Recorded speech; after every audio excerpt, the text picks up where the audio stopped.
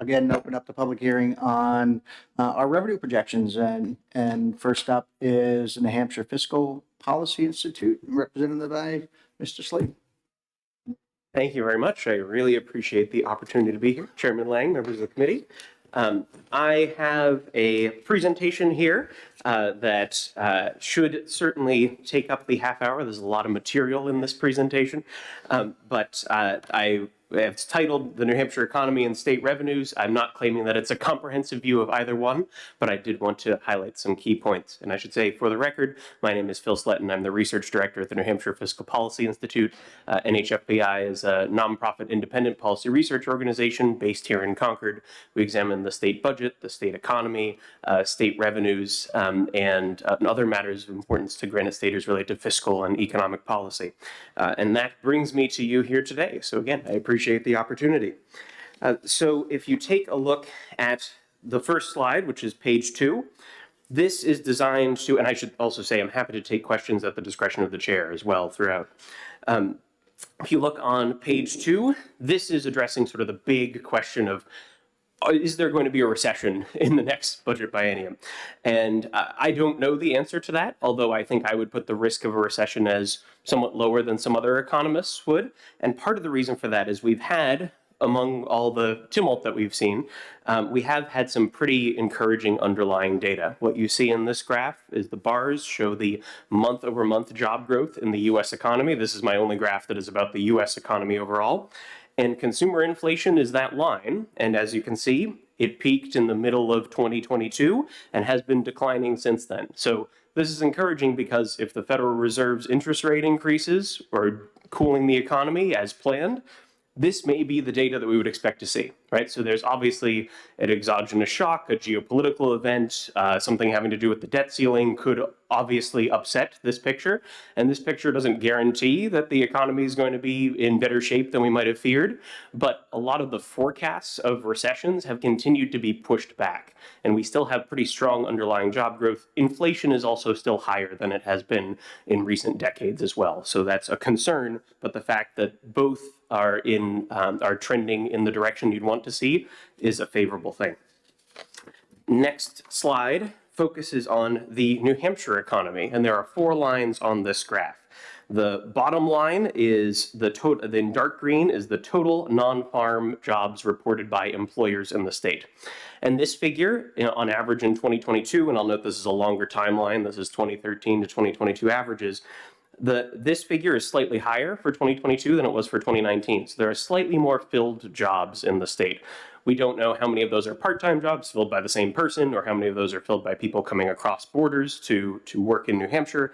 And if we look at March 2023 data, which is not on this graph, but was just recently released, that figure is up to an estimated about 700,000 now, which is that next line on the chart. So that's, again, favorable relative to 2019, although maybe not where the trend line would have been if we hadn't had a pandemic impacting it, as you can see in 2020. The next 2 solid lines are the blue line with the squares and the green line with the triangles. Those are from surveys of residents. And this is where the unemployment rate comes from, for example, is this same data set.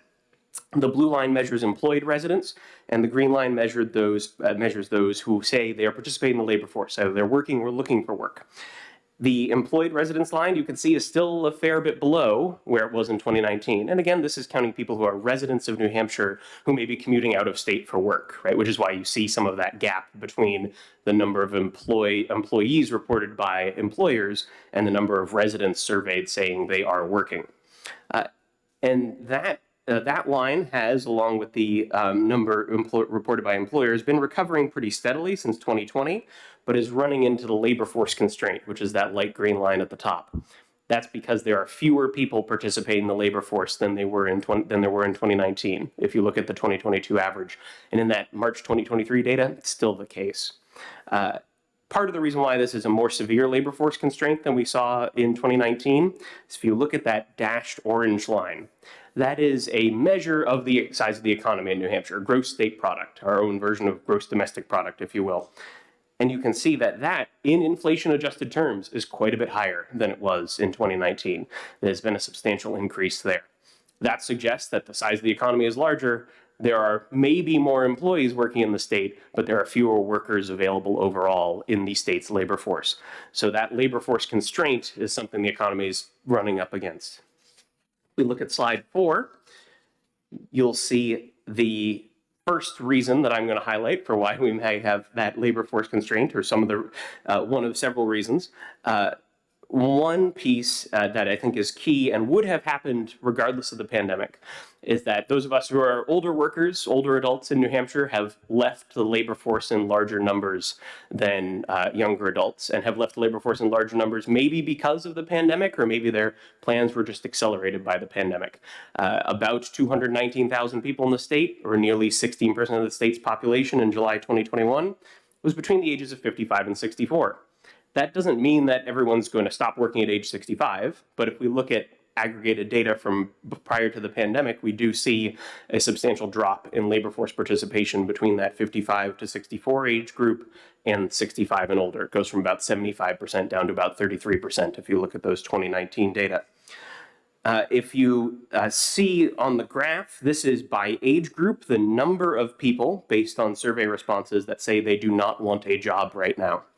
And the 16 to 24 age group, if you compare 2019 to the 12 months leading up to February 2023, that 16 to 24 age group is about the same. There has been some increase in 25 to 54, which we'll talk about in subsequent slides, but 55 years and older has seen the largest increase.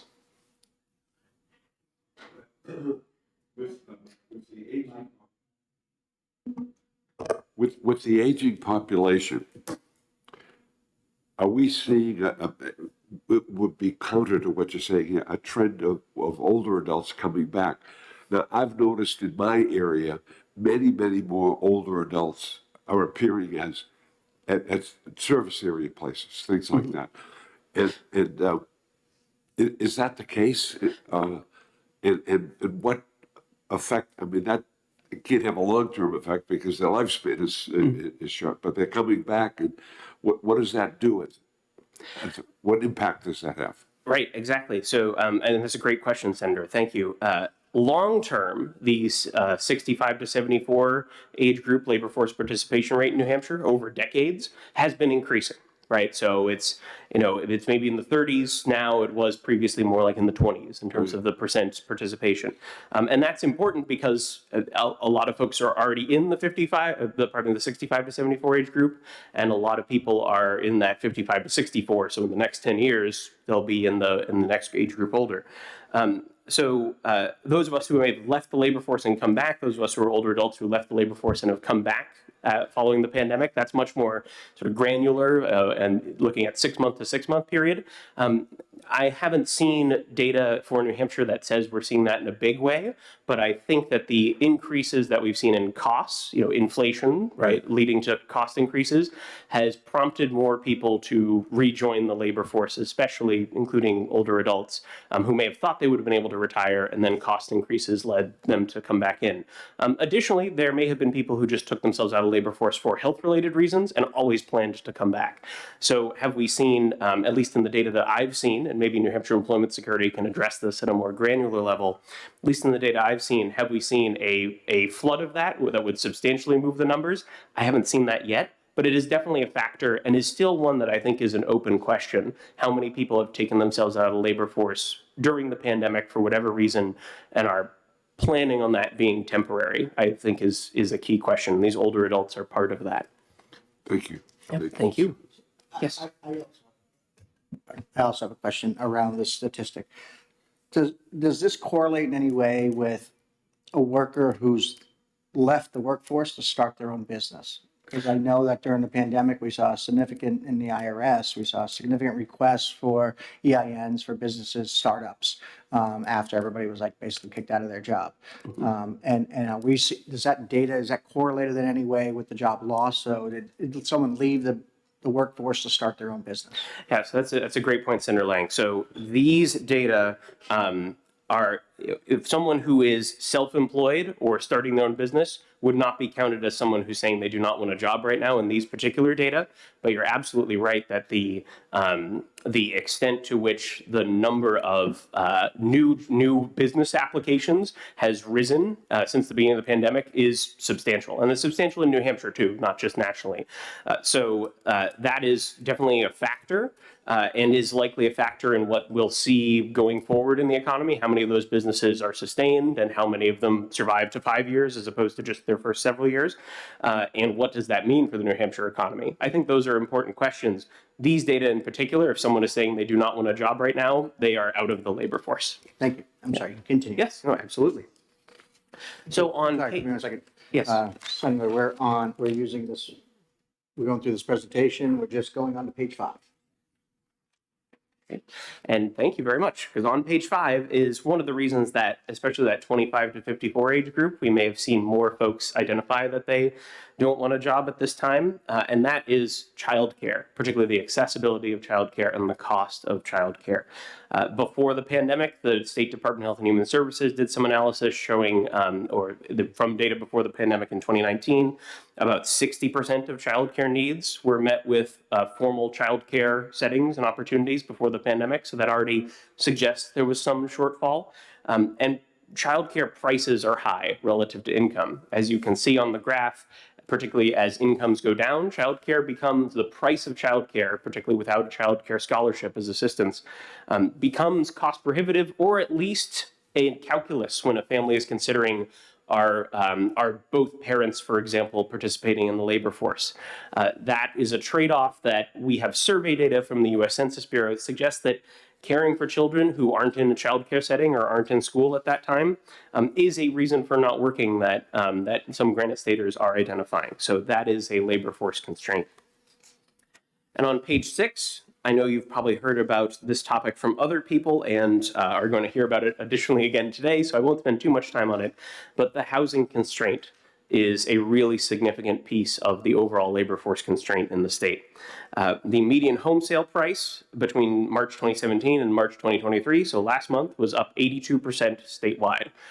If we look at the first 5 years of that, that's actually up 80%, so there has been a little bit of moderation in that cost. And condos aren't immune to this. They were up 89% in the 6 years prior to last month. But that moderation in the price is offset in large part by, if not entirely and more so, by the increase in interest rates. Most people have to borrow money to buy a home, and those increasing interest rates mean that the cost for those households is still climbing or still high, even though the price has moderated over the last year.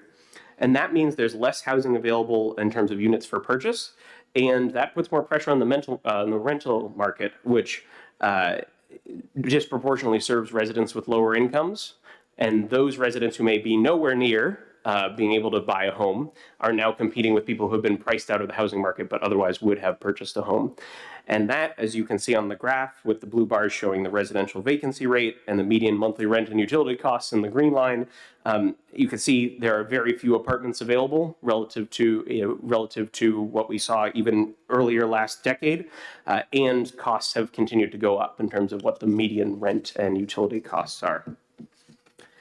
So on slide 7, one thing that I want to try to do in this presentation is connect some of these economic trends directly to revenues and what you might be thinking about when you're thinking about forecasting revenues for the next biennium.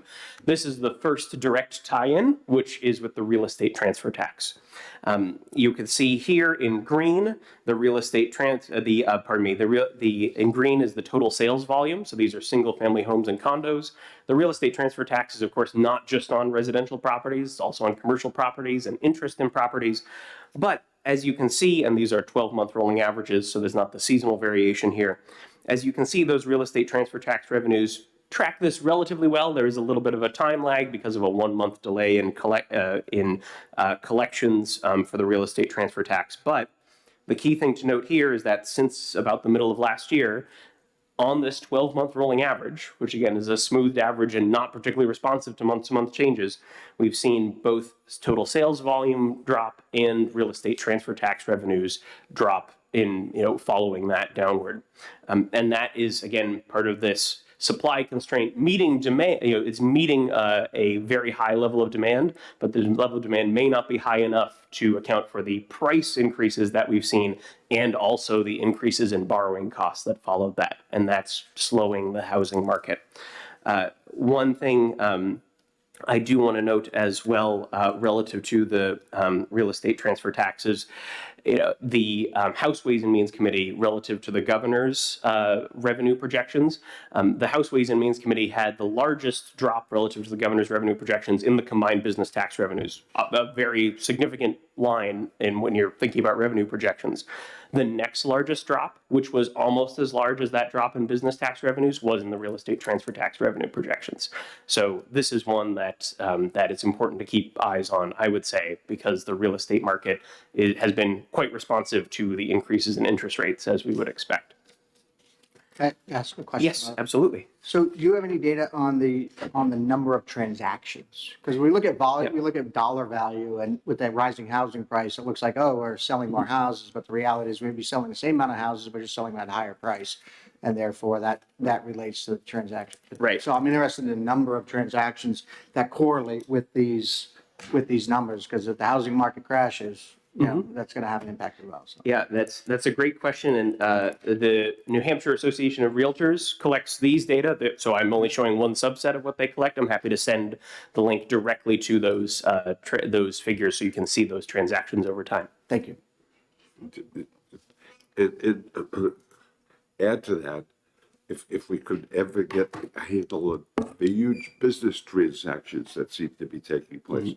For example, the property deal that in Hudson, where Amazon was in the game, but then somebody else is in the game, and that's a $100 million sale. We pay on the buyer and the seller. And I know it'd be interesting. Large pieces of property have been sold, bought and sold, particularly recently. Yeah, that's a great question. And I unfortunately don't know a direct source to access what those large commercial properties look like. The place where I've noted them the most have been in real estate transfer tax revenues month to month, and some, them implying then, or some guesswork as to, is there a big transaction there? The Department of Revenue Administration may have a breakdown between residential and commercial. I don't know that they do though, so I don't want to speak for them on that front. Or Taylor Caswell's group might have a handle on that, because they may have been involved in negotiating the sales. But those are big deals. They're one-time events. We live on one-time events here in the state of New Hampshire. We're a one-time event economy. Thank you. Yep, thank you. So if we're ready, I'll move on to slide 8 in this presentation. And this is looking at both a longer term, state fiscal years 2015 to 2022, and a shorter term, really post-pandemic, state fiscal years 2019 to 2022. What have the increases in state revenue to the general and education trust funds, although I have the motor fuels tax all the way over on the right as well, thinking of the highway fund, what have the changes been in nominal dollars unadjusted for inflation in each of these revenue sources? And you can see sorted by what the most recent ones, the largest, most recent ones have been. The real estate transfer tax and has been the second most important. Meals and rentals tax and interest and dividends tax, lottery commission, obviously important contributors as well. But the most significant one, as you can see, has been the combined business tax revenues from the business profits and the business enterprise tax, both over that longer time horizon and the shorter one, really comparing the most recently completed fiscal year to the last one before the pandemic. So on slide 9, I seek to provide some insight into why those business tax revenues may be so favorable. And high corporate profits are very likely to be a key part of that. We have seen corporate profits nationally by this measure, which is measuring corporate profits adjusted for changes in inventory value and some depreciation changes. We've seen corporate profits increase from, in 2015, a rate of a little over $2 trillion a year nationwide, to about $3 trillion a year nationwide in the most recent data. So that's a 51.1% increase if we compare the most recent quarter to the same quarter in 2015.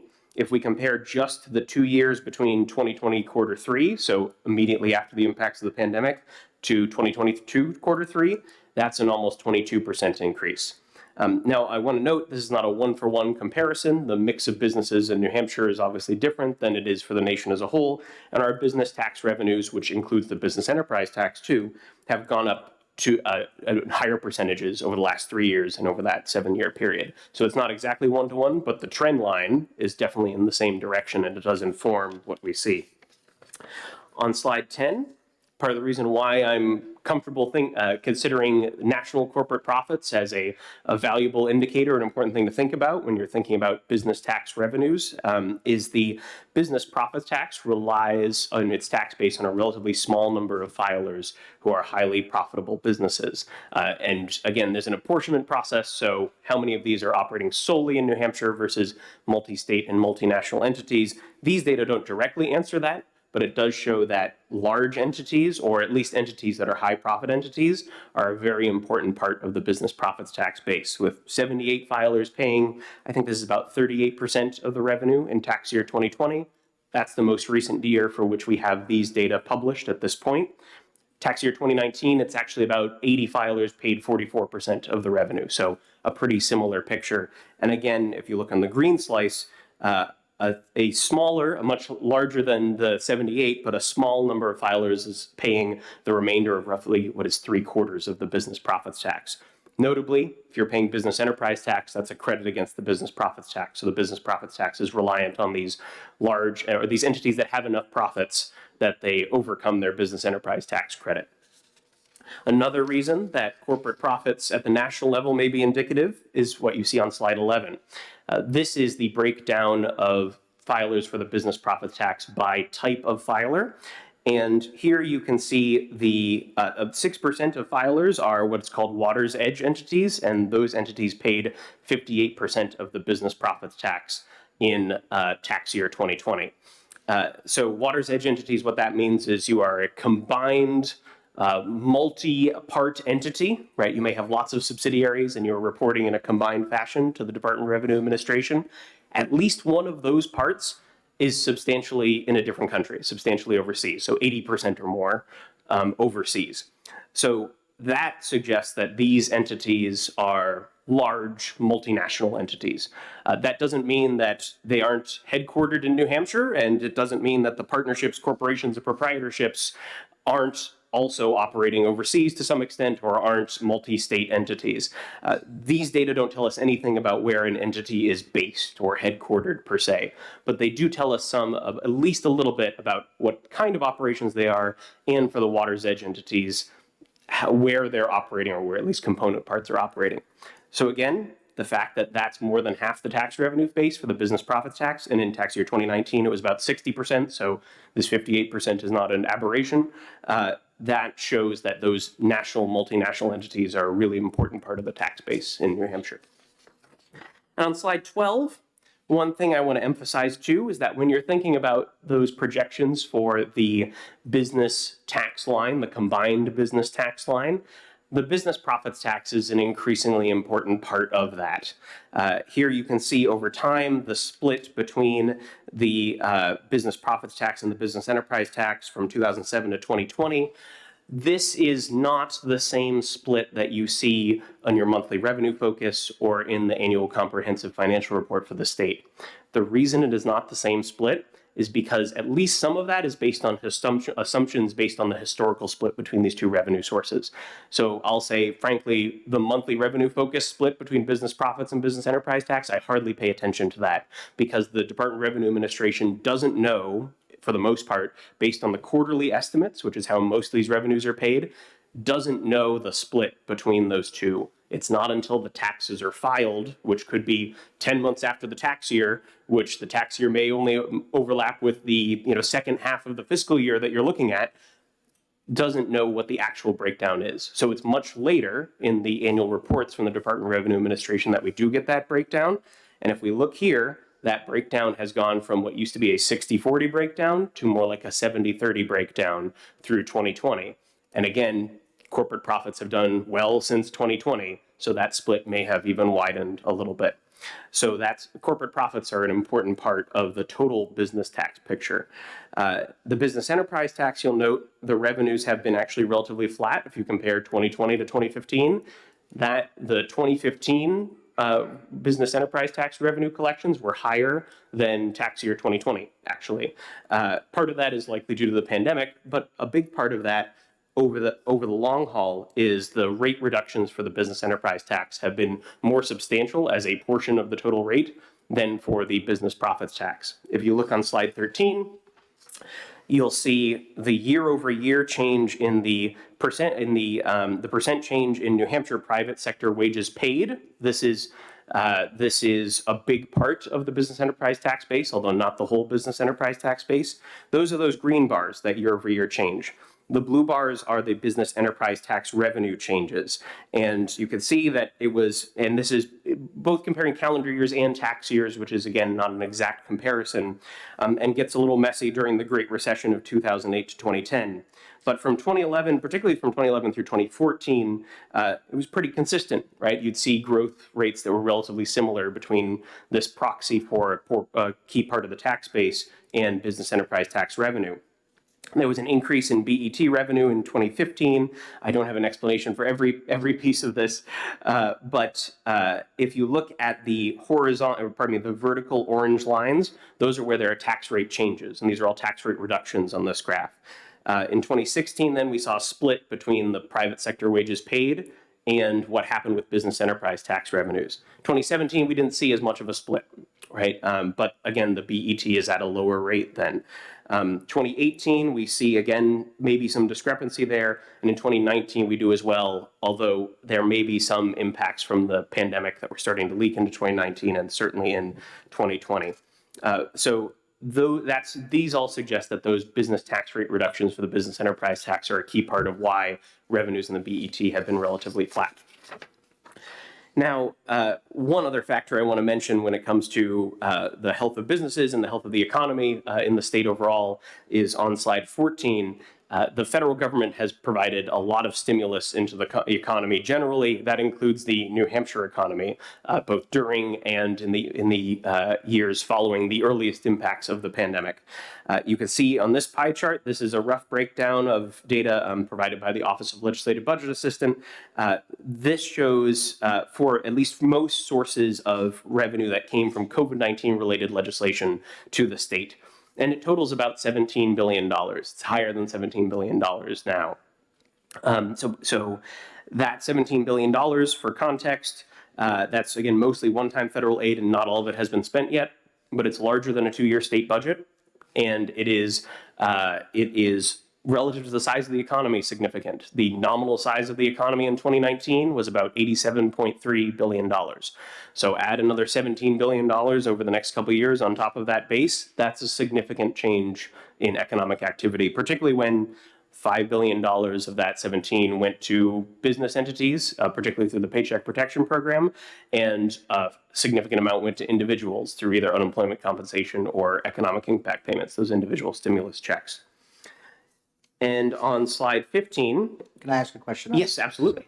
So this is one of the key things I'm worried about is this bump of money that got dumped into New Hampshire. So as an economist, how does that really, how many times do we see the money into it? I've been told that money put into a dollar put into a local economy is basically done 3 times before it's flushed out. Right. And then so you look at three expenditures of that dollar. It goes first from the individual to the business, and the business uses to pay for some services or some product, and then finally that product uses to pay for salaries or whatever else. So my question along the lines is that we have a $2.28 billion increase that were direct payments to citizens. Right. And that was one-time spending that occurred in this state. Right. I got a $1,200 check. I used it for either groceries, or I used it for something, or I used it to go take my family on a 3-day vacation over a weekend because I've been stuck at home for a year. Sure. And so what's that going to do to our economy that is not there this year? Yeah, so, and it's a great question, especially this short-term versus long-term economic stimulus question. It really depends, based on the economic modeling that I've seen, it really depends on how the dollars are used. So, for example, dollars directed at aid to residents with low incomes, like food assistance benefits, unemployment compensation. These are aid directed to folks who previously had income and now don't, right?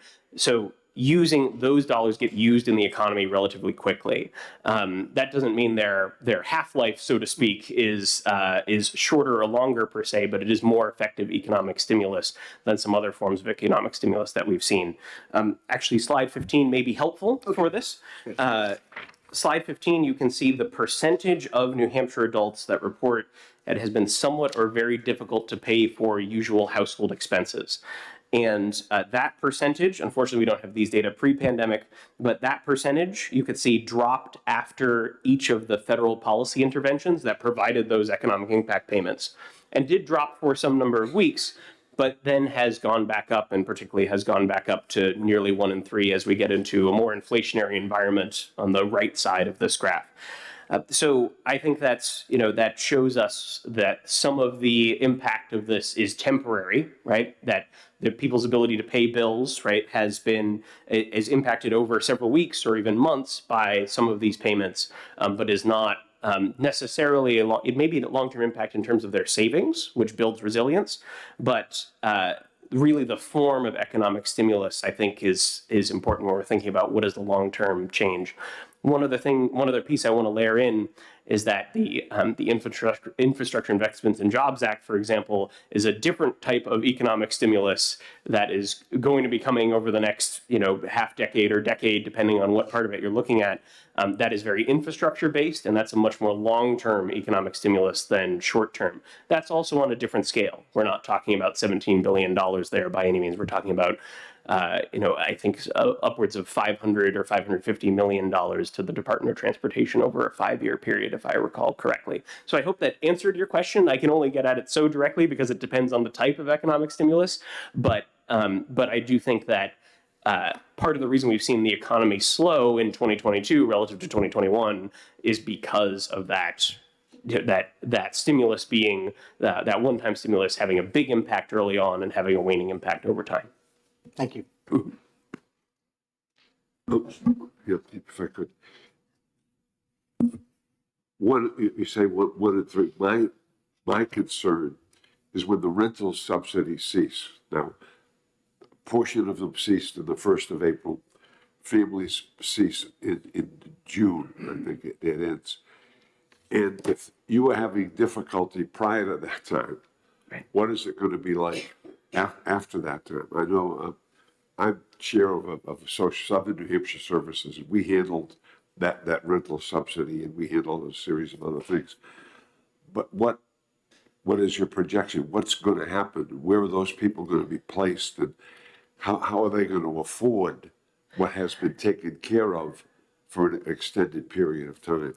Yeah, the wind down of the emergency rental assistance programs and the assistance to individuals who are currently in hotels, right? Is really significant when it comes to not just the ability of pre-existing social services funded through the state budget, for example, right, and through local budgets to be able to support those households, but also has likely a long-term impact on the financial stability of those households going forward. If they don't have a set fixed location to live, then that complicates, for example, employment opportunities. That complicates their ability to have their children in school, for example. Or at least in a not moving from school to school relatively quickly. So speaking generally, I don't have a specific projection for you in terms of how many people may end up homeless, right, or how many people may face significant financial burdens. But I do think that's a key reason why housing is a constraint on the growth of the workforce. If those families had more housing opportunities, or those individuals had more housing opportunities, it may enable their workforce participation faster, which is something that they're looking for in terms of income and stability, and also that employers may be looking for in terms of filling job opportunities.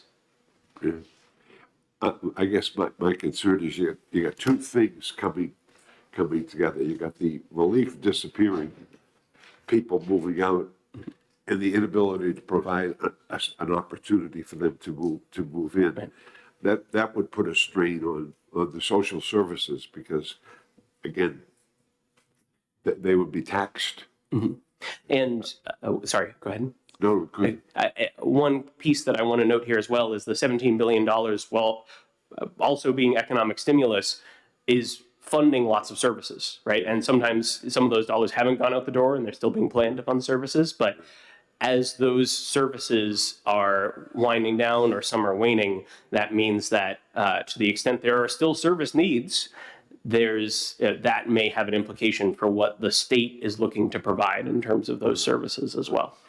But on the upside, hopefully, because of the experience that we've had, we should be able to address some of these concerns. And I mean, that's a positive situation. We've placed many of these people, and you know, that's a plus. I hope. Thank you. Yes, thank you. Thank you.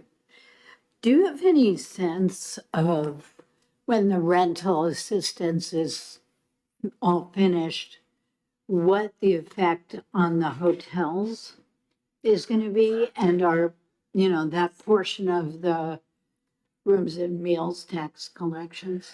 Yeah, that's a great question. I don't know how it interacts with the meals and rentals tax in particular, but I haven't seen any data that's specific to the interaction between emergency rental assistance programming and the hotels. I think that would be a great question for the hotels to see what they're experiencing on the ground. The Department of Revenue Administration may also be able to parse through that a little bit more than I can based on their published materials. Yep, you're welcome. Just to follow up on Senator Rosen, the good point there, or the one that we should focus in on, is they're paying that rooms and meals. That's federal money now. That's flowing in, Right. and that makes it a little more difficult in terms of your projection. Right. But how much in our area? 700 families. Think of that, $100 a day, 8.5%. That's a lot of money. Yeah, and I should say so when we're thinking about the meals and rentals tax, I think the latest data that I've seen is about 80% is based on meals, 17% or 18%, a significant amount, is based on hotel room rentals, and then the remaining is car rentals, the 2 or 3%. So when you're thinking about meals and rentals tax projections, you know, those are some of the breakdowns at least I would have in my head if I'm looking forward. Can you give me that breakdown again? Sure. It's about 80% is, and these are data that I'm sure the Department of Revenue Administration will provide you in their presentation. About 80% is meals of the meals and rentals tax, and then about 17 or 18% is hotels, and the remaining 2% is rental cars. And that portion goes to the Education Trust Fund. Right. Yes, you're welcome. Okay, great. I'm cognizant of time, so are you sending me back? I can, okay. Yes. No, I'll just, for slide 16, just, you know, some key summary takeaways. There are workforce constraints that are holding back the state economy. That includes housing and childcare, or a lack of access and a lack of affordability of both of those. There are long-term demographics that would have had an impact anyway. That impact was probably accelerated by COVID-19. The business taxes, the real estate transfer tax, and the meals and rentals taxes have driven the recent growth in state revenues, right? They've been the primary drivers. Recent federal stimulus has been significant and spurred the economic rebound, but when we're thinking about particularly real estate transfer tax revenues, those higher interest rates and that constrained supply mean that those revenues we've been waiting for those revenues to slip for a long time, and they do appear to be now. Corporate profits are going to be really key for understanding the environment going forward, the revenue environment, and those may be more unstable relative to the economy as a whole, because corporate profits may swing more than actual economic activity overall, depending on what happens with how corporations behave. And finally, one point I want to make is that when you are projecting revenues for future years, right, say you think that underlying economic growth is going to be 1.4% in 2024, you also have to think about inflation because you're projecting those in 2024 dollars and not in 2023 dollars, right? So if you think inflation is going to continue to be elevated, that would increase that revenue amount by about that inflation amount. And that's important when you're thinking about, even if there's an economic downturn, if it's in part driven by higher inflation or caused by higher inflation, then that inflation rate is going to be important to bake into your revenue projections as well. Because if you're just projecting based on underlying growth, then you miss that increase, while costs, for example, may continue to be increasing at that inflation rate. So thank you very much for your time. There's some resources on slide 17, so you can go online to take a look as well. Thank you. Senator Roosevelt? Thanks, Phil. So you have mentioned the interest and dividends tax repeal at all, or its function in the economy.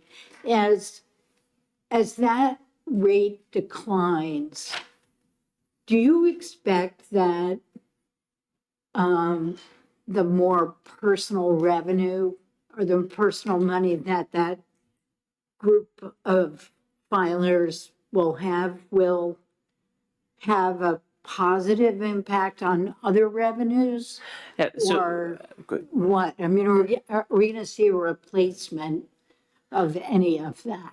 Yeah, so at least the economic modeling I've seen suggests that we wouldn't see certainly a one-for-one replacement. It would be less than that. If you look at economic modeling from Moody's Analytics, as well as from the Congressional Budget Office and some other sources as well, but particularly for Moody's, they did some modeling which they've repeated at various points in the economic conditions. And in 2009, 2015, and 2021, in all of those cases, tax rate reductions for dividends and capital gains, which is not exactly interest and dividends because that doesn't include capital gains, but the return on investment of that for each dollar of foregone revenue, it was in the 30s of cents in terms of economic activity generated after that. So in their 2021 projections, I can send you those so that you can have those on hand as well. And that's, again, for the national economy. But if we look at economic stimulus relative to, for example, food assistance or unemployment compensation, where the dollar payoff is closer to $1.40, $1.50, $1.60, it is not the same sort of one-for-one comparison in terms of a rate reduction particularly for high income and sort of by definition high wealth individuals who are paying a significant portion of interest and dividends tax dollars. Those dollars, at least if we look at the economic modeling that we have, doesn't appear to be as effective economic stimulus as other forms of government aid, especially targeted at people with low incomes, because that gets into the economy faster. Yes, you're welcome. So I just kind of want to summarize that answer because there's a lot there. It sounds like while a reduction in the tax rate, putting more money in citizens' pockets doesn't equal a 1-to-1 ratio. So if I I say you can keep your dollar in tax, that doesn't necessarily mean that's a dollar added into the annualized budget or the annualized state growth, so to speak, or state. But there is some increase in that spending that occurs that'll help the overall state market. There is some. I would say also it depends on the type of tax reduction. So, for example, if you look at the earned income tax credit or the child tax credit, those tend to be increases in economic activity that are greater than $1, right, in modeling from Moody's Analytics. So that's a dollar spent on that, so to speak, or a dollar foregone revenue there leads to more economic growth. It's really tax reductions for higher income individuals, and in the case of the interest and dividends tax, higher wealth individuals, that is less than $1 of economic growth for each dollar in foregone revenue. So then you have to think of the trade-offs of if economic growth is the goal, particularly, and Moody's is generally looking at a one-year timeline, if economic growth is the goal, then that dollar that doesn't go into the economy through food assistance or through unemployment compensation or through infrastructure spending, which is also in Moody's Analytics analyses, then where is it going? And if it's going to tax rate reductions for higher income individuals, tends to be less effective economic stimulus. Yes. Thank you very much. I appreciate the time. Next up, we have Matt Mayberry with the New Hampshire Home Builders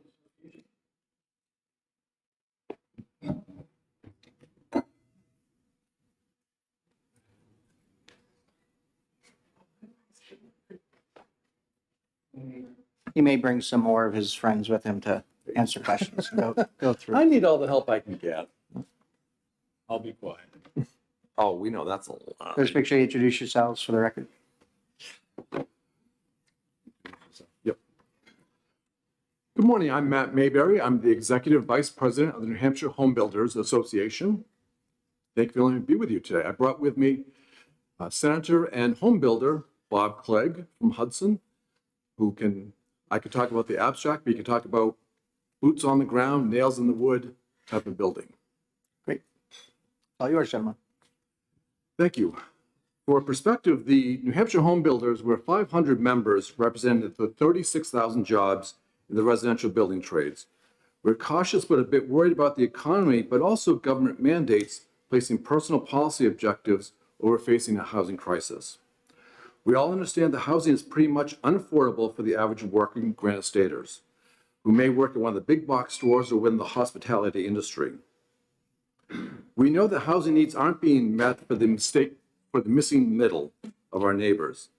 These are households where one person is a cop and another a teacher, or one is a nurse and the other a firefighter. They bring home an income of over $100,000, but can't afford a home of their very own, so they stay in their rental. They're hoping to save for a down payment, but escalating rents keep them locked in their lease. Proposed energy and building code mandates are poised to add $30,000 to $40,000 on top of homes that are already exceeding their price range. We have red tape clogging housing options. A recent article talked about how Portsmouth is trying to bring forward more ADUs, but out of 37 requests, only 15 have moved forward due to their own red tape. They recognize it and they're trying to cut it. The New Hampshire legislature didn't really like any of the proposals for ADU options that could allow people to stay in their homes longer. Manchester is touting a revolutionary building design. It has smart locks and smart thermostats and has a solar array that covers the electricity for the common areas and reduces, not eliminate, but reduces a tenant's electricity bill. The cost for this 431 square foot space, that's 431, is $1,900 a month. But it does include hot water and Wi-Fi. Great deal, as I say sarcastically. 2-bedroom, 2-bath apartment with 914 square feet is $3,000 a month. They tout how it's right across the street from Market Basket, and yet not one person from Market Basket could afford to live there. These aren't affordable, and they certainly drive away the American dream of home ownership, drive right out the window. A standard qualifier is 30% of income towards rent. So for that $3,000 a month apartment, you'd have to make $120,000 a year. That would cost me, Matt Mayberry, personally, 50% of my take-home income to live in one of those units. When is someone like me supposed to be saving for a house with a yard? Recently, the town of Bedford received $121,000 to study housing options. The length of the study, you're curious? 17 months to once again study housing options. Kicking the can down the road for 17 months when we could solve this issue in about 17 minutes. In Bedford, a proposed 120-unit subdivision was scaled back to 93 with a petition to reduce it even further to 12 small houses. They wanted to go from 120 to 12. With comments such as build it over by the resort bridge and make sure it's not seen from 101, a further comment was made to the planning board that it reduces potential students to 25. It's a subtle dog whistle that communities don't want children in their towns, as we saw in the recent decade explosion of 55-plus housing. I did enjoy one comment from a town official that said the housing construction would be detrimental to the education process because the high school is next door. More and more municipalities are directing minimum lot sizes and moving their zoning to commercial, retail, and industrial, squeezing out attainable housing. Some communities such as Rochester have moved some land in the opposite direction, going from industrial to residential, and we're watching their economy blossom while manufacturing jobs are moving towards the workforce. It's harder to build a home these days. We're still experiencing supply chain shortages. Electric transformers and microchips lead the way in delays of major projects. The New Hampshire home builders worked with the regional SBA to fight a proposed transformer mandate that would have halted production of current transformers for months, if not years, all in the hopes of saving 1% in energy performance. The green energy mandate is going to drive up housing prices. The proposed 2021 energy codes that are before the Building Code Review Board would add conservatively between $30,000 and $50,000 to the cost of a new home. I don't have the cost of what those estimates would take if you renovate or retrofit an existing home, but probably pretty safe to say it'd be more expensive. Green energy advocates are moving a policy agenda item into the realm of societal benefit, weaponized as a policy mandate. Building codes were originally meant for a consistency of life safety concerns and protective measures. The income needed to purchase a $500,000 home in New Hampshire, quickly becoming the new normal, is $167,000. That's with 3% down on a 6.5% FHA mortgage. Add on mandatory Green New Deal energy requirements and the qualifying income for the new mandated price of $540,000 brings the qualifying income, same loan, to $183,000. The missing middle now needs to find an additional $16,000 of additional income to qualify for that house. As Susan Powter said back in the 1980s, stop the insanity, please. The New Hampshire home builders understand the desire to move away from fossil fuels, and we understand there should be a consumer-driven process versus a government mandate. We want to bring to this committee's attention the need for added security of our electrical substations throughout New Hampshire. New Hampshire has some of the highest electric rates in the United States, and yet we want to move more people onto the electric grid. We've all seen the substations in our travels. An act of domestic terrorism could shut down the city of Manchester or the city of Nashua with a few well-placed shotgun shots. This says nothing of a cyber attack on our entire grid. I went to a seminar this week that talked about the inflationary vortex. While I'm not an economist, it's pretty quick to understand that in the US, 28% of our construction labor comes from foreign-born, legal and documented workers. As our immigration policy tighten, so will this shrinking labor pool. Our national labor market is still down 3 million employees short of pre-COVID numbers.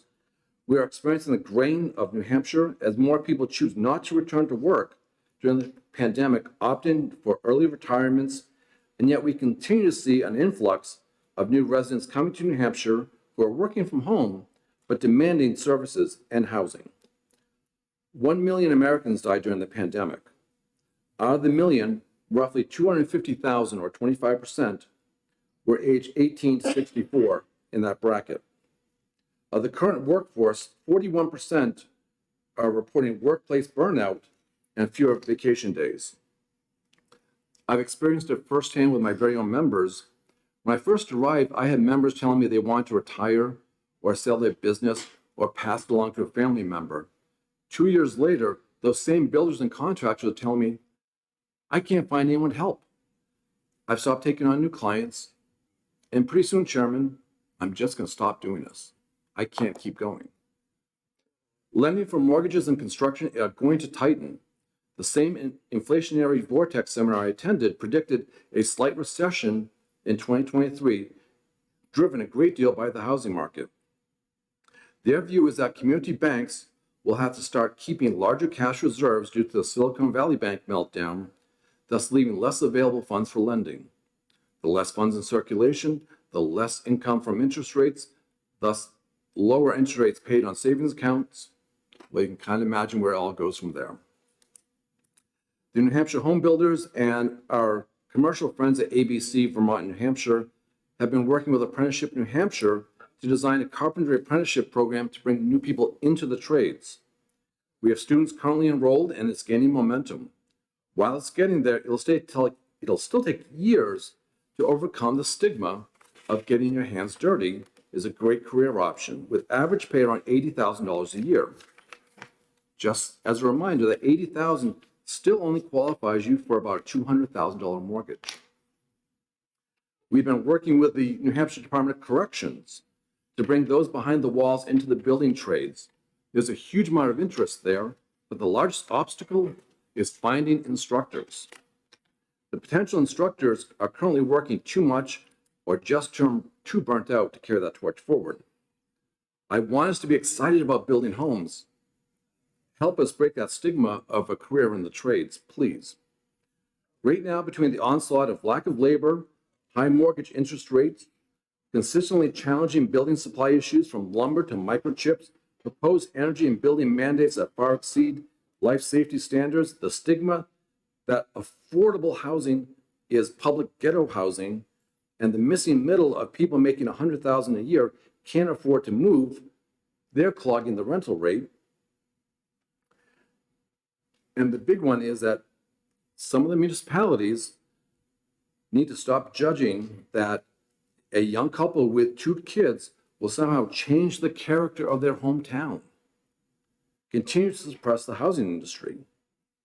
Senators, we need 10,000 additional housing units here in New Hampshire to continue to grow our economy. I wish I could paint a rosy picture for you, but housing demand and housing prices will continue to grow. Inventory will continue to decrease.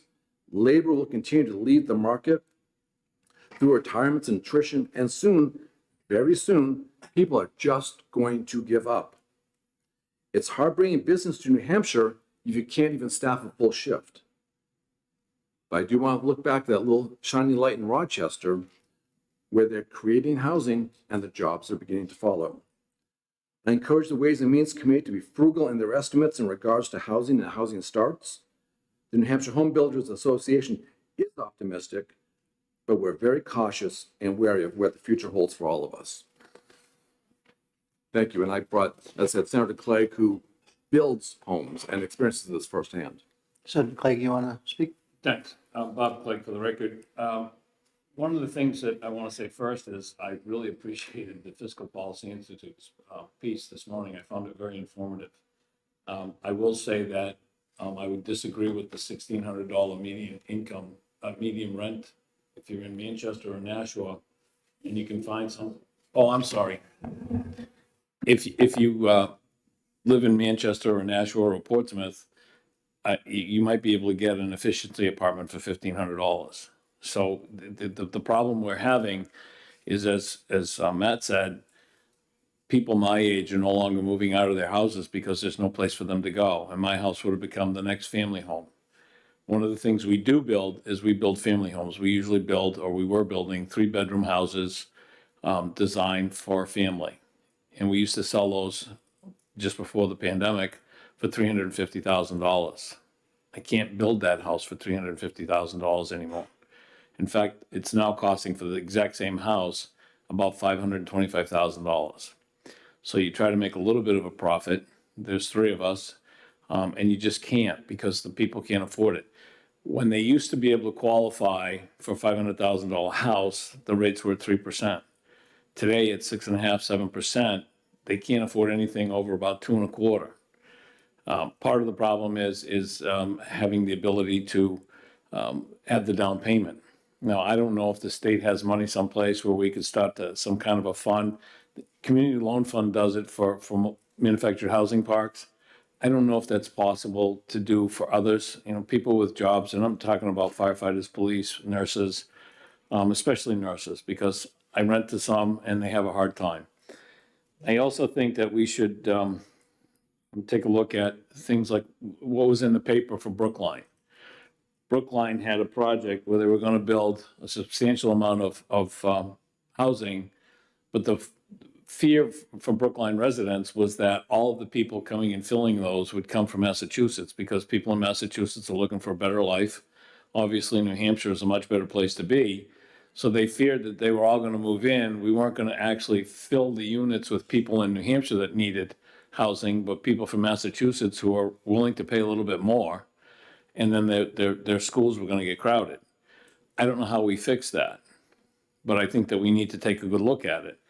Right now, we have a bill that went through the Senate that said that bonding for road improvements, infrastructure in the development wouldn't be paid. You wouldn't have to bond it until you pulled a permit for one living unit. That'll save a lot of money. I have a project now where I can't even register it unless I'm willing to put up money for $96,000 bond before I can even get started. Now, that all goes to the cost of the housing when I'm done. I can't lose money. Everybody knows that. So when you take a look at some of the things that we have to do in the state, it raises the price. As Matt said, right now they're looking at implementing a new code for energy. And when we said it's going to cost at least $20,000 to a home, one of the folks on the Building Code Review Board said, but it's worth it because it's a social benefit in the long run. I can't sell that to people, and I can't build using that number. So right now, I can tell you I have 24 acres that I won't complete the subdivision. It's still under current use, and it's in Hudson. And I have 4 lots in Nashua and 4 lots in another location in Hudson. That's 8 units, that family housing. And when I say family housing, we look for people with children and a dog. And if we rent the housing, we look for people with children and a dog. I mean, we try very hard to make sure it's family. I can't put the money in and have somebody move in because I just can't afford it. I can't do it. So there has to be some kind of a break in the regulations. I don't see a good year. Like, as I said, there are 8 lots ready to go. We're not going to even start. So that's 8 people, 8 families. And like I said, if you can find a way for people to be able to afford it, I mean, I have a list, but I have a list of people looking for something worth $300,000, and there just isn't any out there. Now, the other thing that we could start to do is there's ability, if somebody would, over 55 housing. We passed a law, which I wasn't really aware of, that said if you had over 55 housing, you could have the same type of housing for people that were under 55. And when the communities found that was there, they all repealed their over 55 housing zoning so that they didn't have to have the same type of housing for smaller or for younger people. So there's another example. If I could build small little one bedroom, one office type housing, it's a lot cheaper.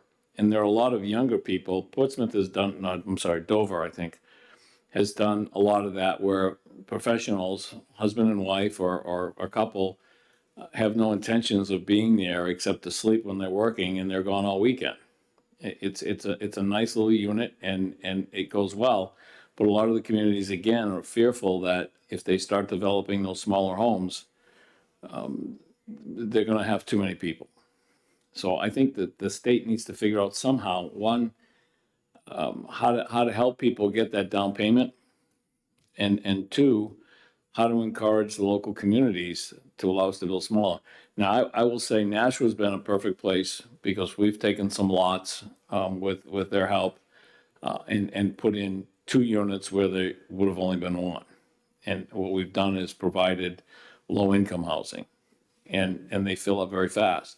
And Nashua is one of the places that actually encourages us to go in there and do whatever we can. We need more encouragement because without it, we can't afford it. Looks like Senator Roosevelt has a question for you. Thank you. So we're the Ways and Means Committee. We're just basically looking at revenues. Could you speak about the impact of the Invest New Hampshire program, the $50 million for development? Has that had any impact at all on people's ability to build? I mean, there's a lot of building going on in Nashua, multifamily stuff, and some pretty big developments that are planned, one across the street from me. And I just wonder, $50 million seems like a lot of money to help get some bigger projects off the ground. Has it been helpful?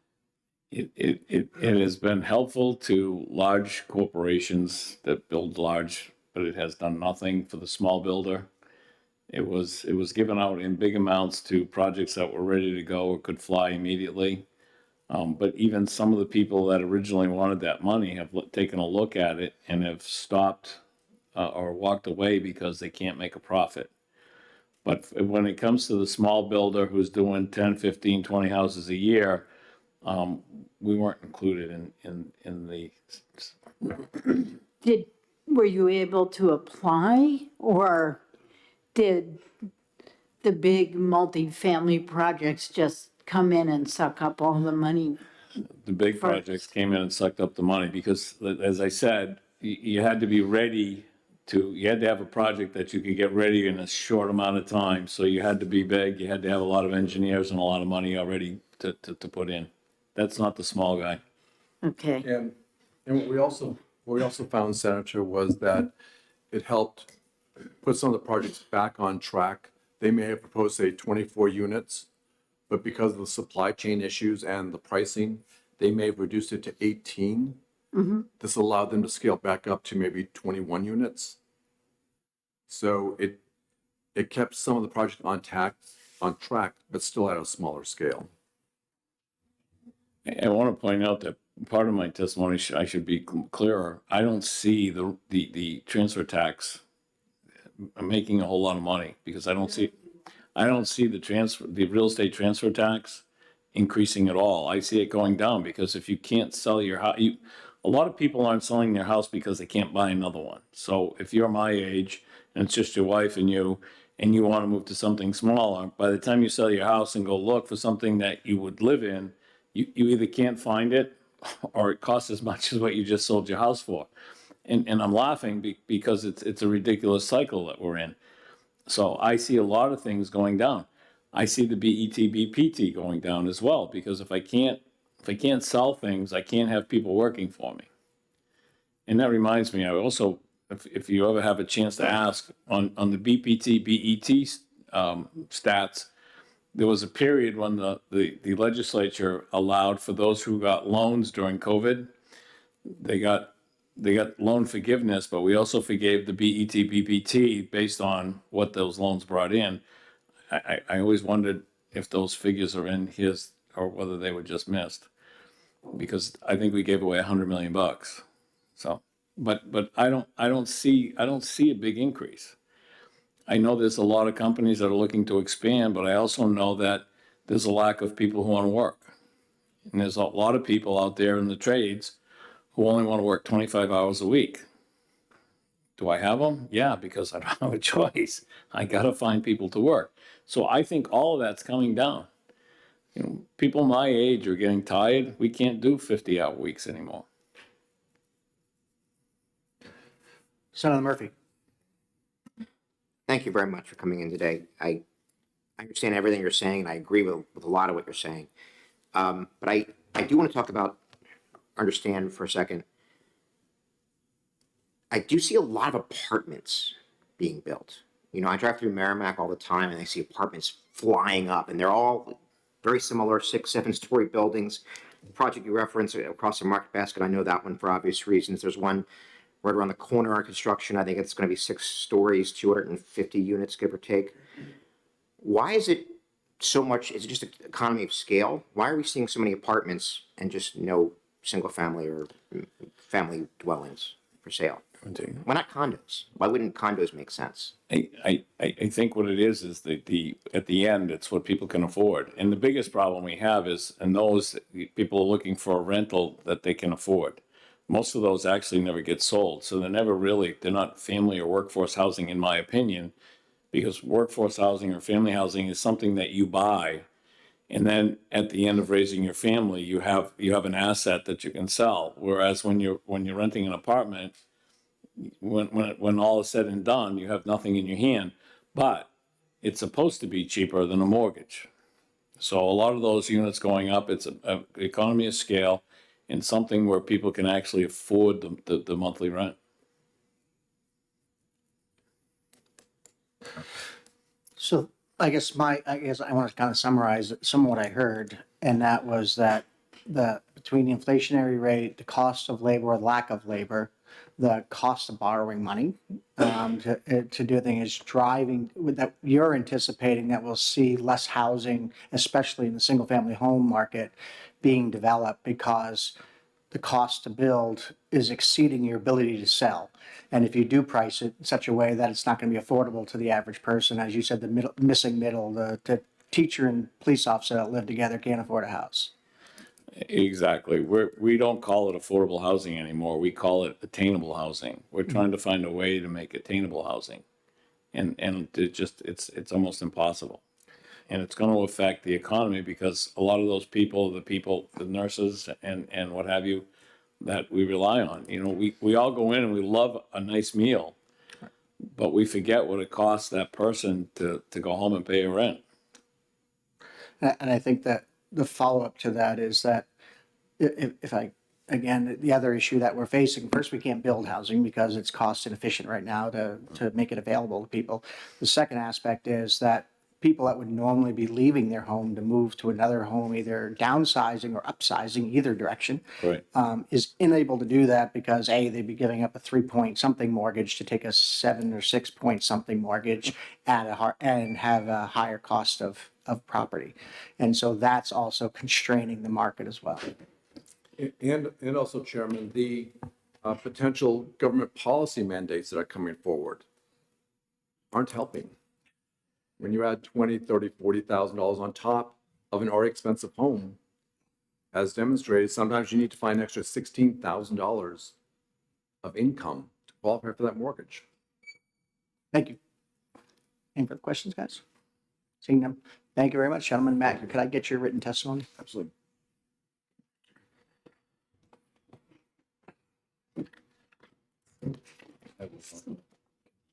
Next up, we have the BIA in the form of Dave Juve and friends.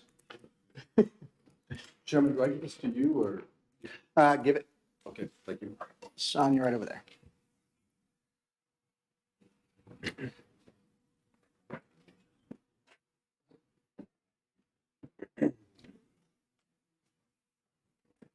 Okay, just.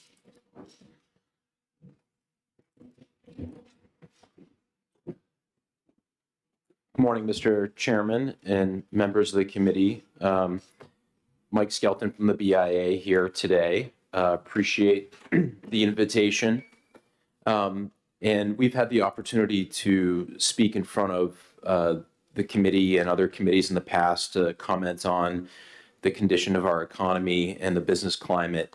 And one of the ways that we've found have been most effective to do that is to bring a few of our member businesses along and have them speak from their perspective and their industry. So I have two members here today that I'll introduce in a moment and ask to share a few words about their business and the economic conditions that they're seeing in their industry. I'll just give a few quick comments on behalf of the Business and Industry Association. We serve as the statewide Chamber of Commerce and State Manufacturing Association.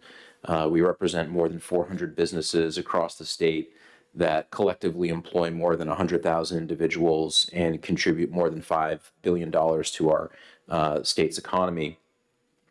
Our economic conditions right now is something we talk about and think about quite a bit.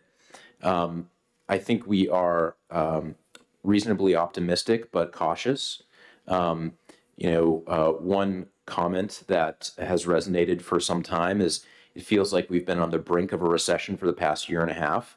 And we've almost been at risk of talking ourselves into a recession at times. And you see that reflected in consumer sentiment, which is at a very low. But in terms of core indicators, there's some really positive things in the economy that have reason for us to be optimistic about.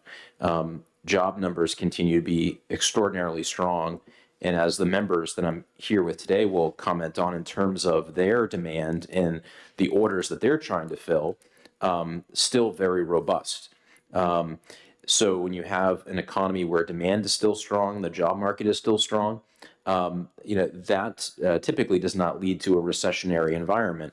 However, some of the data and forecasting that we look to from our national partners at the U.S. Chamber of Commerce or the National Association of Manufacturers still forecast the possibility of a mild recession later this year.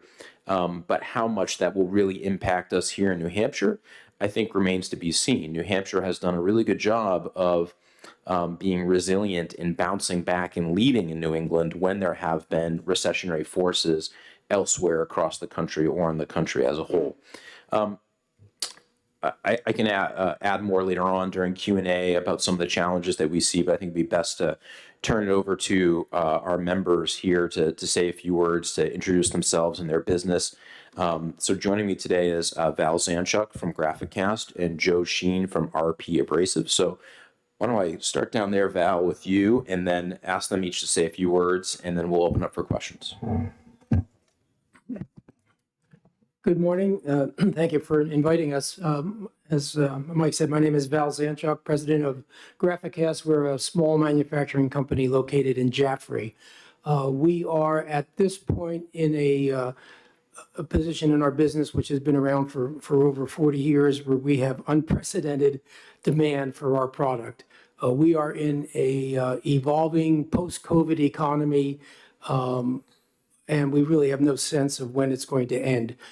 Just as an example, prior to COVID, our typical backlog was equal to about 6 months worth of sales.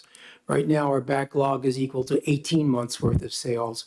And we're giving our customers 1-year lead times that at times we're 2 months late in meeting. We are in a position where demand exceeds our capacity.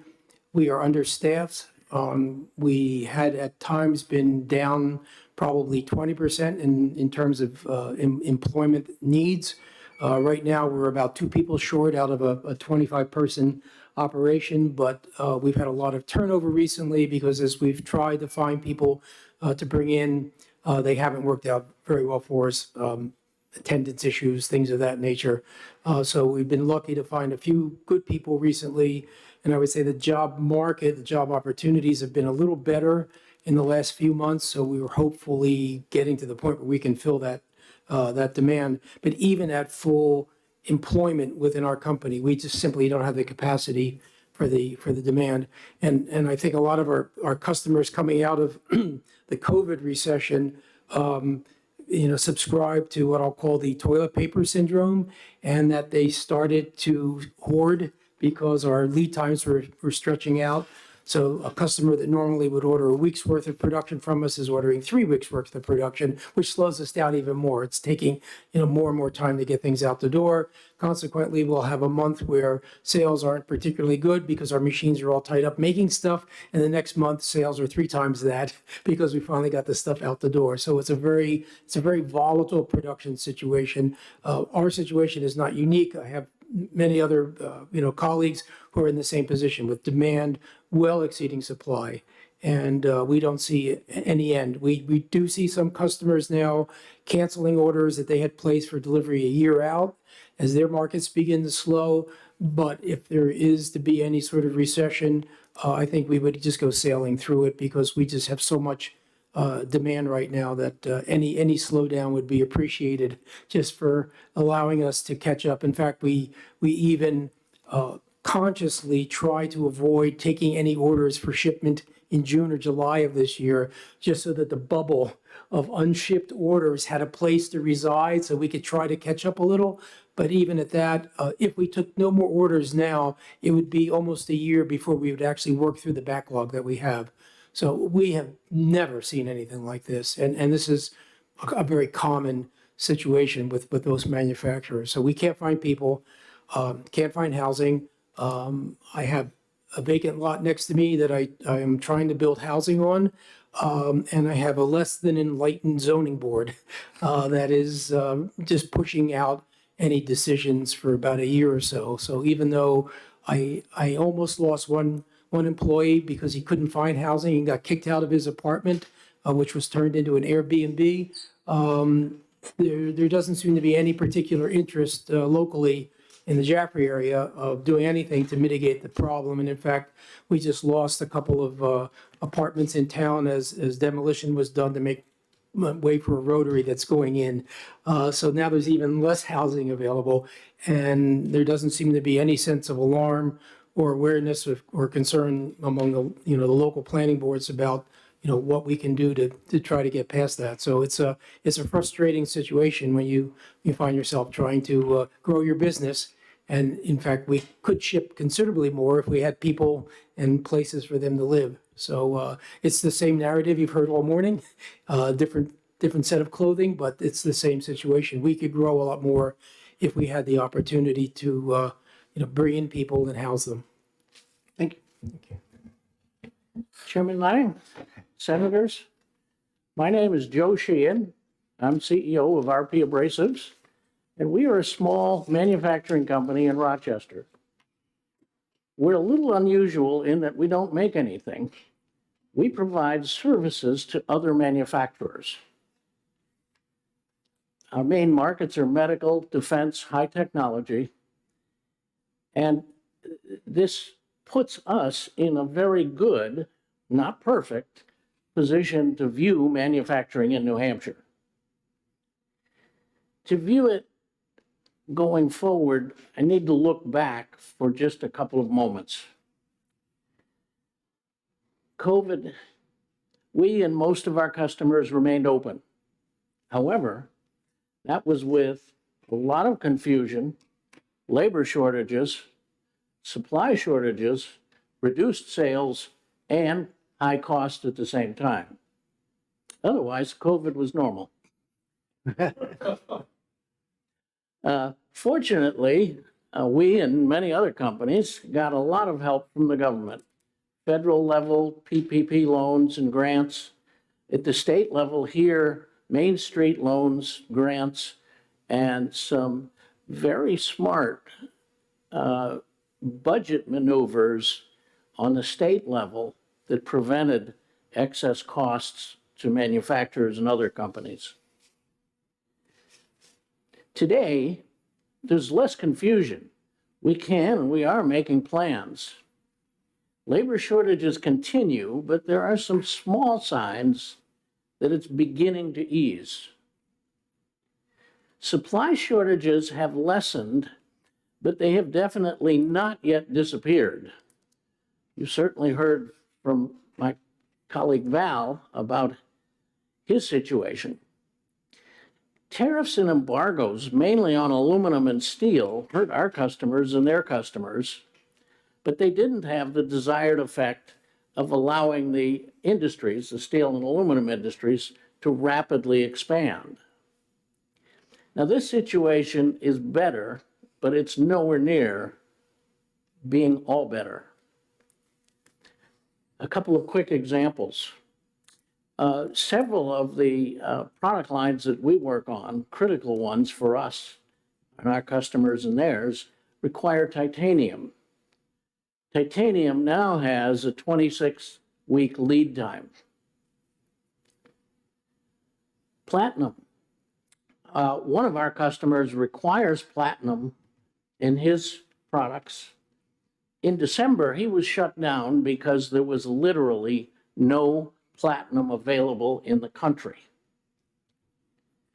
Equipment that we used to buy pre-COVID with about a 2-week lead time is now, we hope, 10 weeks.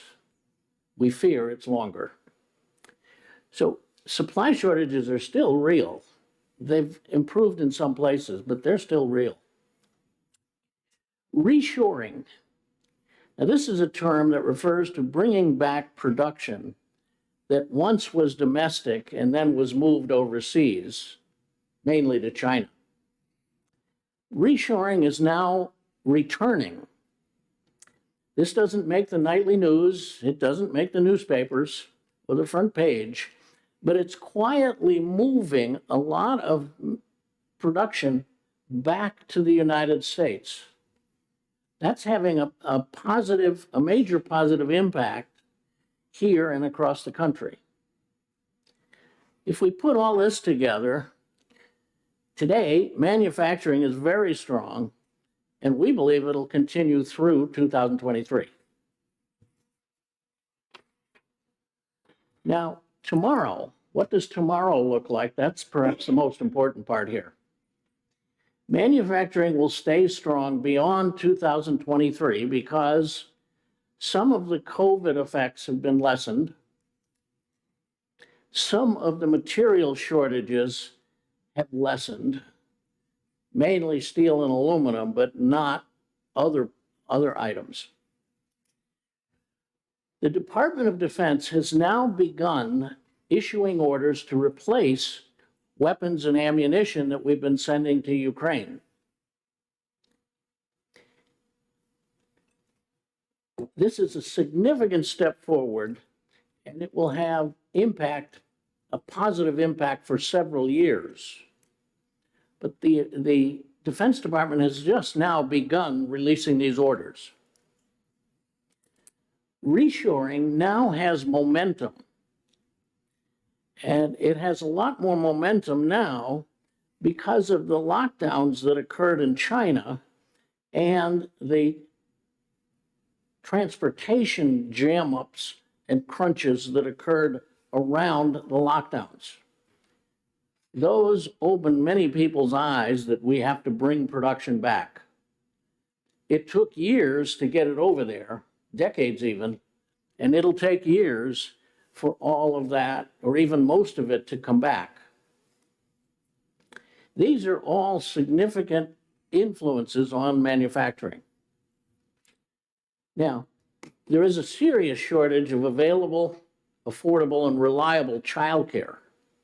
And this hinders many families, and it frustrates the daylights out of them. If you're a young family and husband and wife and hoping to have children, and you discover that the waiting list in the daycare center is 4 years long, there's a problem here. The lack of educated workers is a serious issue. Every employer, New Hampshire, across the country, every employer trains employees. We do, Val does, but this is a big point, please. Training is not educating. Hand in hand, yes, but they're not the same thing. The best way best example for this, industry can teach a chemist how to use his chemistry knowledge, but industry, we can't teach chemistry. Education and training are connected at the hip, but they're not the same thing. And we need more education capacity. You can probably hear somewhere in the background the words university system here. Now, housing is critical, and Val just brought that point up, but these well-educated and motivated employees that want to come, that we want, they're just not going to be willing to live in tents all year round. That's the picture affecting tomorrow. So the conclusions are two. Manufacturing is very strong right now, and we believe it will continue through 2023. It's likely to stay strong because of these long-term driving factors: COVID, supply shortages lessening, Defense Department orders, and reshoring efforts.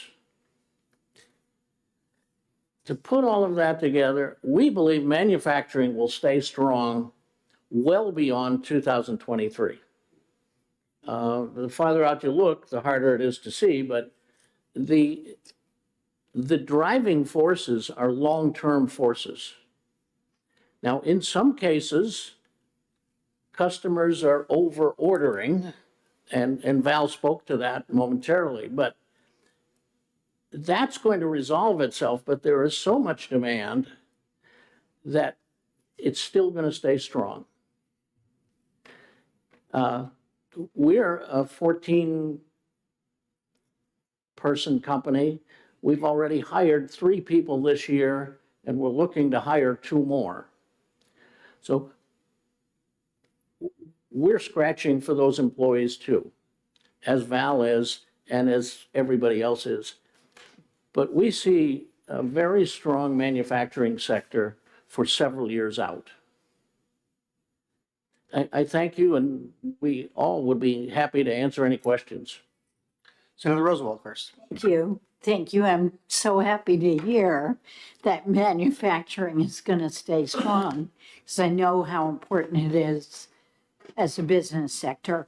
I'm wondering if what I've been hearing about with higher interest rates and the bank problems, a more restricted access to capital, whether you think that's going to have any effect on your customers in the next 2 years, or whether so much of your work relies on government that it's not going to affect you.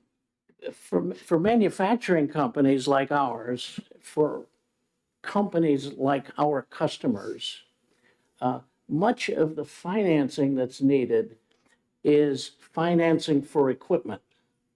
Now, this isn't 100% of the requirements, but in many cases, financing is needed to buy new equipment to increase capacity, to update. I don't see any big issue for financing of equipment. I don't think that will be a problem. Working capital financing, that's going to be a little harder.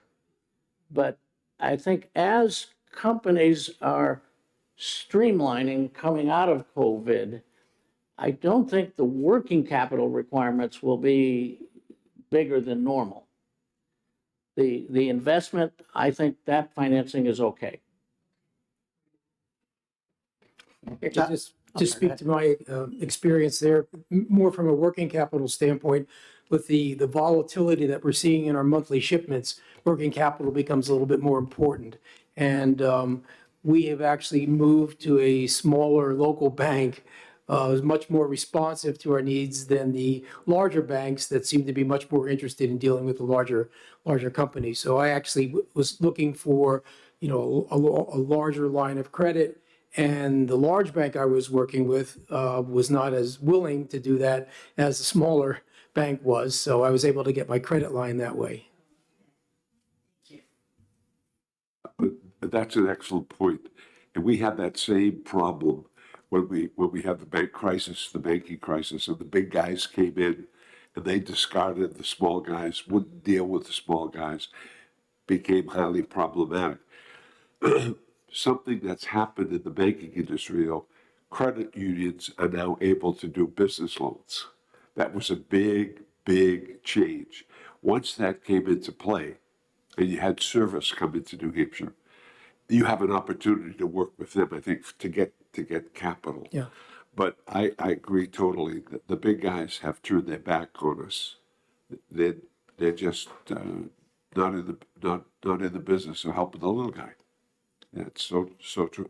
I've heard that from business after business after business in the area that I represent. So I have a kind of a complex question I'm hoping I can get a short answer for. So the question is around the competitive workforce market right now, right? People are bidding for employees. And as being a small business owner prior myself, I know that when you start paying employees more, you kind of have a choice. I can bite into my profits, or I can increase my revenue by charging more for my service or for my product, which will keep my profit margin the same. But the question is, as we look at housing and the housing costs, which will kind of start forcing businesses to pay their employees more so they can afford to buy or rent, do you think that'll will that bite into your business profit line? At least from our perspective, most of our customers are not in New Hampshire, so I have to compete on a national basis. So there's a limit to how much I can raise my price. Also, the product that we make has sort of an intrinsic value. It's not titanium, it's not exotic, it's much more mundane. So there's only so much I can charge for something like that, just based on the value of what it is that we do. So that, you know, we're always in that position. I mean, over time, to make sure that I can bring people on board, I've cut my own salary significantly over the years, you know, just to balance things out. But we find that based on that intrinsic value, there's only so much we can afford to pay people. And, you know, we have companies in the area and around Jaffrey that we're paying, you know, $30 an hour or more. My business can't afford, you know, a whole portfolio of $30 an hour people. We'd go out of business. So there's always that dynamic balance. And sometimes we lose customers. You know, sometimes we miss the opportunity to pick up a good employee because we just can't afford to drop, you know, that person into our pool. It would just disrupt everything for everyone else. So we're always playing that game back and forth, back and forth. So my question is, because again, going back to, you kind of made the excellent point that your product has kind of fixed price nationally. You're not able to raise it beyond that, or you price yourself out of the market, right? Right. And so, however, we still have a workforce issue here in New Hampshire. You're still, if I heard you, I think you were short employees, right, Yeah. at this point, right? So you're in a competitive market to hire employees, and you may have to pay more than you were previously paying in order to attract those employees. So is that going to hit your business profit line? Absolutely. Yeah. Senator, if I could just add a quick comment to that, stepping back from to the big picture overall business climate. I think the point you're making is spot on, and a real risk factor going forward for the economy, which is why, from our view, growing the workforce is the only sustainable solution we have in order to address this. And at the national level, just saw this information again from one of our national partners that there are 4 million more job openings than there are available workers right now. Huge deficit to be able to get through. So no wonder we're seeing these pressures on wages and you know, job quits and rehires. And for New Hampshire, how we grow that labor pool, you know, the issues have already been raised today. Affordable housing, you know, childcare are the two issues that when I'm going around the state visiting with members like Joe and Val, but dozens and dozens of others across other industries, when they're talking about some of their hiring challenges, that's what I hear as the barrier that they need to get through to address that. And I just wanted to comment quickly. Senator Murphy asked a question earlier that is an important one of why are we are seeing a lot of multifamily apartments being built, which is positive because we need more housing supply pretty much across the spectrum, we would argue. But we're building a lot of what can get permitted and what's available in certain areas. There's a project coming out soon, the New Hampshire Zoning Atlas, that has looked at zoning and local land use regulations across the entire state. We need to take a close look at what's allowed to be built across the state by and large. One of the challenges for building single family homes, it's incredibly hard to do so just about anywhere in the state. And we need more multifamily, we need more two-family, we need single-family homes, we need more condos. You know, you can make the argument when you're short 20 to 30,000 housing units over the next decade, that's across the spectrum. And I think if we're going to think about how do we grow the workforce sustainably to address the needs of employers like Val and Joe and many others, we have to start widening the funnel of who's coming into that workforce. So I don't disagree with you at all. Our job's revenue projections, right? And Yeah. so my concern is, I do have a concern that business profits are going to be tightened up because I'm going to be reporting less business profits because people are keeping workforce, trying to compete with the workforce issue and the business issue, and that we're going to see a tightening of profits and profitability in companies, which for us means that less revenue, right? And so that's my point of trying to get to it. Well, I don't disagree with your workforce argument or your housing argument. we're not going to solve that Yeah. right here. We're trying to project what the revenue and the budget's going to look like for the next 2 years and make sure we don't either under predict or over predict, those revenues and cause a different crisis. Sure. So, Senator Roosevelt. I can't tell you how excited I am to hear you talk about the importance of childcare. This is the first time, the first year I've heard that from anywhere in the business community. And we know that women, particularly younger women with children maybe who aren't in school yet, have not come back to the workforce. And we know that we've lost childcare capacity, and it's enormously expensive also. So we have listened to you over the last 5 years, let's say, talk about the importance of more housing. And we listen to you. So to hear you talk about how important childcare is, because there are all these people who would go to work, but they either can't find childcare or it's so expensive it doesn't make sense for them to go to work. It's really helpful for us because we all want to grow the economy. So thank you. If I could just make a quick comment, thank you, Senator. Brian Gottlob, who is the economist at the New Hampshire Economic Labor Market Information Bureau, shared some information with all of the chambers recently that I thought was really illuminating to this point. The only segment of our workforce in terms of age that has not recovered participation rate wise pre-COVID to post-COVID is ages, early 20s to mid 30s. That's right. And that's largely what we assume to be working parents. Now, there And may be women, Yeah. particularly. Yeah, absolutely. Yeah, he And shared them with us all in January, the childcare, younger women. he calculated that to be, it could be as much as 10 to 15,000 individuals that are not entering the workforce. And so childcare is a driver there, housing is a driver there. And I think for New Hampshire employers, 10 or 15,000 additional workers entering the workplace would be a significant swing. And, I understand, Senator Lang, your point around the job that you have to do. I think the message, though, from the business community is that when you come to forecasting the economy, the demand is not the problem here. Right. We haven't seen any abating in demand yet. So it's other constraints that may threaten some of these aspects of the economy. If I could just make one final comment, I think that all the money we put into housing takes a number of years to be ready, but you can inflect on childcare more quickly and help those 15,000 younger women get back into the workforce. So if we want to move more quickly, I think childcare is a place where we can be successful. Not revenues, but thank you. Senator, if I could just respond to your comments. The availability is the first issue. The affordability is the second issue.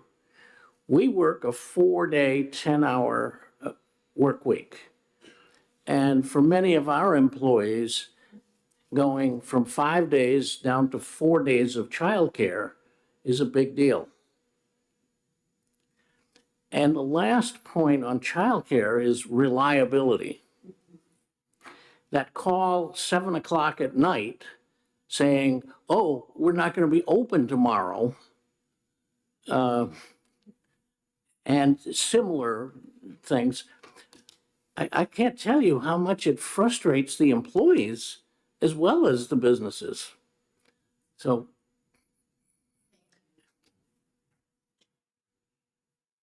Anything else from committee members? Okay, last closing comments before we're done?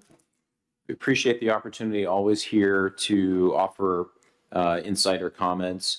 And again, while I know that your purview today is focused on revenue projections, I do want to thank the Senate for their support of several measures this year related to housing and childcare and the cost of energy that are underlining a lot of the concerns we have around growing the business sector and strengthening our business climate. So we appreciate your work on those shared priorities.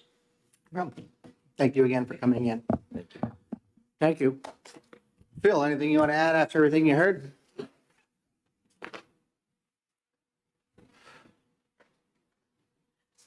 Just one thing relative to the numbers when we're talking about tens of thousands of workers and where there may be people who could rejoin the labor force. When we're talking about the number of people that are unemployed in New Hampshire, when we're thinking about that unemployment rate, that's about 18 or 19,000 people right now. So if we think about moving 10,000 people back into the labor force, that's a significant increase in the number of people who are then looking for work relative to the number of people who are looking now. So just to put a number to that, that's always a number that's in my head if we're thinking about where are 20,000 workers here or there, or potential workers here or there, an additional 20,000 workers who, if they all entered the labor market and were then counted as unemployed until they found jobs, that would double the unemployment rate, which right now, when we're talking about a low unemployment rate, enhances workforce availability. That's a huge number to bring back. Yes, I don't think anything will bring that many people overnight into the labor force, but if that helps you think about some of the numbers you're hearing. Can you turn your mic on? The interesting aspect is most of those people were in the labor force at one time. Well, the labor force was at least larger, right? You know, so there's population churn, there's, you know, people move in and move out, but yes, the labor force was larger before. Yeah. And so that's the key element, is reintroducing them into the labor force. But I don't want to belabor the point, but has anybody seen a multi-family house built in New Hampshire in the last 20 years? I grew up in a tenement house. I lived on the third floor. We had families on the first floor and the second floor. How many, other than the area that I represent in Manchester, have you seen a multi-family house built in New Hampshire? Yeah. So the one thing I will say is that I did look up just the business filings to kind of get a guess of what's going on. We talked about the fact that the IRS had more. So there was over 6,000 new businesses created in the last 3 years in New Hampshire alone. And so I think we see, again, we had that conversation about the fact that some people decided to take destiny in their own hands and started their own business rather than go back into the regular workforce. And we're not seeing that in our job numbers, right? So again, that's workers that are outside the workforce, no longer going back to a manufacturing company that they might have worked for because they started a landscaping company, right? Mm-hmm. And so, though, just understand that we're seeing employees working, they're not working the traditional roles they were in prior to the pandemic. And Director Gottlob at New Hampshire Employment Security has I've seen him wonder aloud about how people who are in various forms of what you might call the gig economy, right? You're earning income from other sources that are not sort of the traditional employment, employer-employee relationship, how those folks are acknowledged in survey data, right? That is, and I think that he's right to ask that question, and I'm glad he is, because I don't know how that parses out or what that means in terms of labor force participation figures. People at least have income or have resources from some sources, although in some cases, particularly for housing insecure folks, they may not. But for the folks who do, are they showing up the same way post-COVID-19 or post the beginning of the pandemic, at least, in the data as they did prior to? And that's a data collection question that is I think relevant for understanding these figures. But the labor force constraint that you just heard about is also borne out in the data that I showed you earlier. All right, I think we're good. Keith, you're all set? All right, so tomorrow, thank you very much, Phil. Thank you, I appreciate So it. tomorrow we start at 9 a.m. We're hearing from state agencies tomorrow. We have fish and game, liquor, lottery, securities, safety, insurance, and employment security coming in that order. just to hear what they think their revenues are going to do for their agencies, whether they're going up or down. Other than that, anything else? Were we supposed to have someone from restaurant and lodging? Well, I thought we were going to hear from them today, but apparently they didn't come in. They were supposed Oh, to. okay. I But thought maybe we'd have a we can- conversation. I am going to bring one other person in on May 3rd. So, but I'm working on that now to add them to the DRA day. And I'll see if I can get Great. Mike Summers or someone to come in from the industry. I do know that I had a conversation with Airbnb, as well as the hotel industry. And they were saying that, advanced reservations are down for this summer as compared to last summer. So just as a metric, right? Right now, they're, Mr. Chairman, we do have a restaurant owner and a hotelier on the committee, so we have some expertise Yeah. here, so. so again, I was looking at that metric of of rentals, hotel or Airbnb rentals as a metric as how tourism as a whole comes in. Because that person who's from, another interesting number I learned was 40% of all rentals in Airbnb in New Hampshire occur from Massachusetts. People from Massachusetts. 40% of every B&B. Say in the site, I was chatting with Airbnb, looking to get some metrics from them. 40% are from people from Massachusetts that come to New Hampshire for tourism purposes or work purposes. But that metric is also, that advanced reservation metric, to me, speaks about rooms and meals, right? Because that person who comes up here for the Airbnb rental is also going to go to Keith's restaurant to buy a meal, right? And all of that plays into our tourism dollars that show up in the state of New Hampshire in the form of our ways and rooms and meals tax. So that decline in advanced reservations has me a little bit concerned. Maybe if they can't get the rentals, maybe they'll move them on the market. I don't know. But anyway, so any questions from the committee about tomorrow? All right. Thanks, guys. Thanks, everybody, for coming.